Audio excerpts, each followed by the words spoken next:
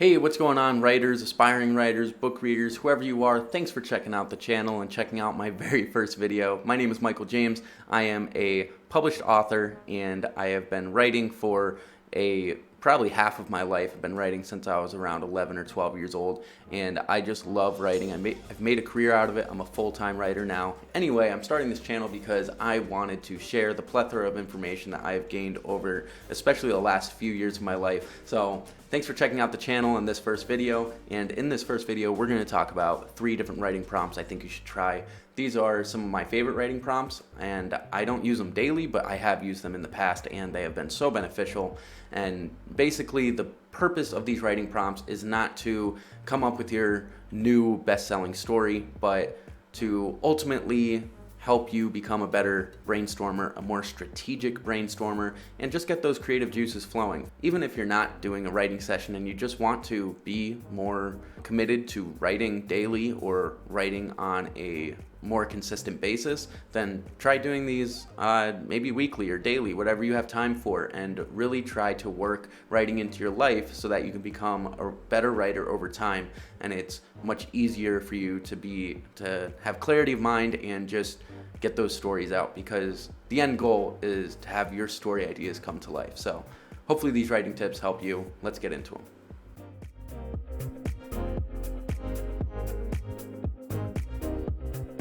Alright, so the first story prompt we are going to talk about is called story blending. Now, you may have heard of this from other authors and writers that have talked about this, but I do it my own way, so hopefully this is beneficial to you anyway. But story blending is basically where you take 3 stories that you know well and you mix them together. So I'm going to use some pretty obvious movies as examples that I hope you've either heard of or seen all 3 of them, because they're all great.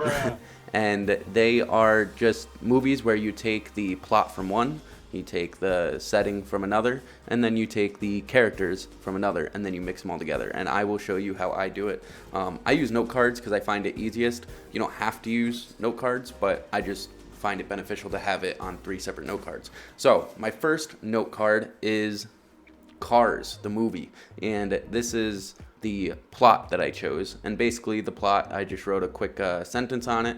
When hotshot rookie Lightning McQueen gets lost, he learns through the trial that there are more important things in life than being the number one. That's my plot summary of Cars. That is the main plot of that story, if you've ever seen it.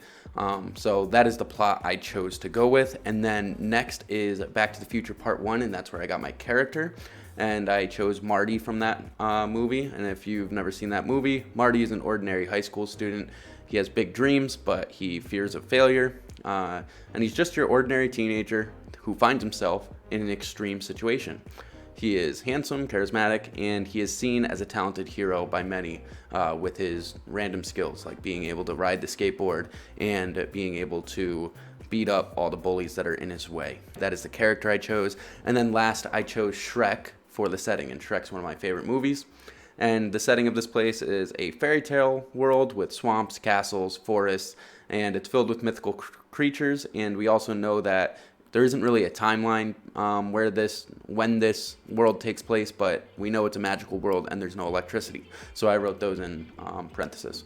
So you take your 3 stories and you mix them all together by choosing the plot, character, and setting from one of them. So now I have a plot where my main character, Marty McFly, is going to get lost. And through getting lost, he is going to learn that being the hotshot, the number 1 winner of whatever he was going for, isn't the most important thing in life. That is the plot of the story, and that is the plot and the main conflict that he is going to go through. The setting of this story is going to take place in a fairy tale world. So now I already have a setting for my story, I already have a main character, and I already have a plot figured out. Now I just need to write it. So this is an awesome way to just kind of get the basics down, know what the story's about, and just start writing and make up a new name for my character, but have him have the traits of Marty McFly, and take those traits, put him in a different world, the world of Shrek, and then have him follow the trends and the plot, the main conflict of the movie Cars. That's what I did. So definitely try this out with your favorite stories or your favorite books, movies, whatever it is. And you may even find a book idea that you want to truly consider and actually write the full thing out. So hopefully this is helpful. Let's get on to tip number 2.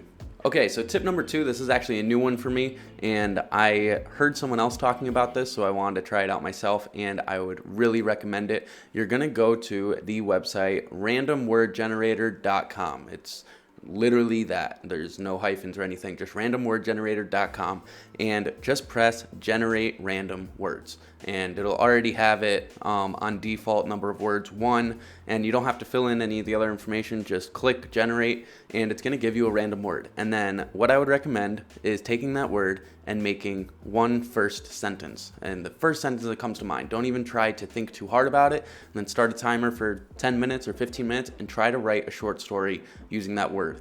And the main point of this is just to get your creative juices flowing. This is a great practice to do before you actually work on your main project. If you're trying to write a novel and you find it difficult to get in the rhythm of writing, this is a great thing to try to do right before you start writing your actual novel.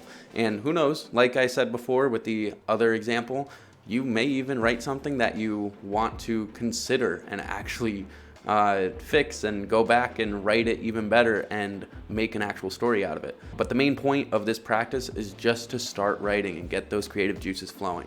So for example, I went to randomwordgenerator.com, I clicked generate random word, and it gave me the word snack. So my first sentence could be something like, all of the snacks were missing. And then I can create a story out of that, and I can say how this guy named Jimmy was looking for the snacks, and he checked every cupboard and every nook and cranny of the pantry and could not find a single snack. But he knows his mother went shopping just last night, and he knows they must be somewhere in the house. So now he is becoming a detective and trying to seek out where the snacks are. And he follows a crumb trail, and the crumb trail leads to his brother's bedroom. And then in his brother's bedroom, he looks under the bed and finds all of the snacks hidden in his room, or something like that. You know, you can create whatever you want out of just a single word and make a story. And this can be really fun. It's just a really good challenge to give yourself, really good practice. And yeah, so let's get on to tip number 3.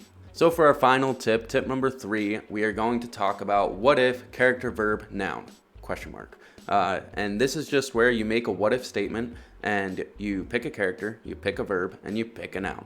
And this is a really easy thing to just like the last one. It's just kind of to get the brainstorming going, start the creative juices, and just start writing, practice writing. Do this every day. What if Marty McFly, the verb can be murdered? What if Marty McFly murdered, and the noun can be his girlfriend, right? So now I have a question and I have to write the answer to that question. So now I can write how that happened and why it happened and what was the end result of that happening. Did he go to jail? Did he get away with it? You know, whatever. So you can basically just fill in these blanks. It's what if, and then character, verb, noun.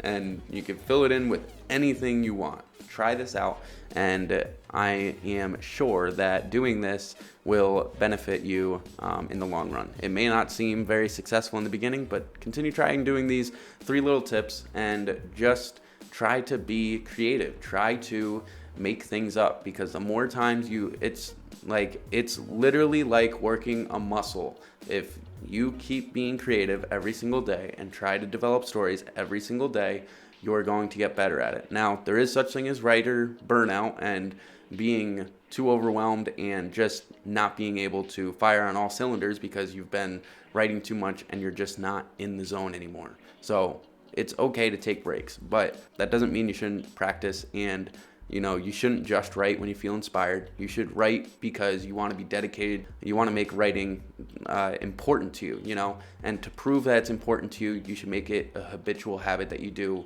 you know, whether that's every day or every week, whatever it is. So hopefully these 3 tips help you. Leave a comment below if you have other writing prompts that you want to share with others, or you want me to talk about, or even invite me to try myself. And let me know if there's any other videos you want me to talk about, whether it's about how I became a freelance writer, my writing testimony, the books I published, or anything else like that. Hopefully I'll be putting out videos once a week or once every other week, but we'll see. And yeah, I'm really excited to start this journey, and I'm really thankful you checked out my first video. Please leave it a thumbs up and subscribe if you enjoyed this video and found any valuable information out of it. So I'll see you in the next one. Thanks again, and peace.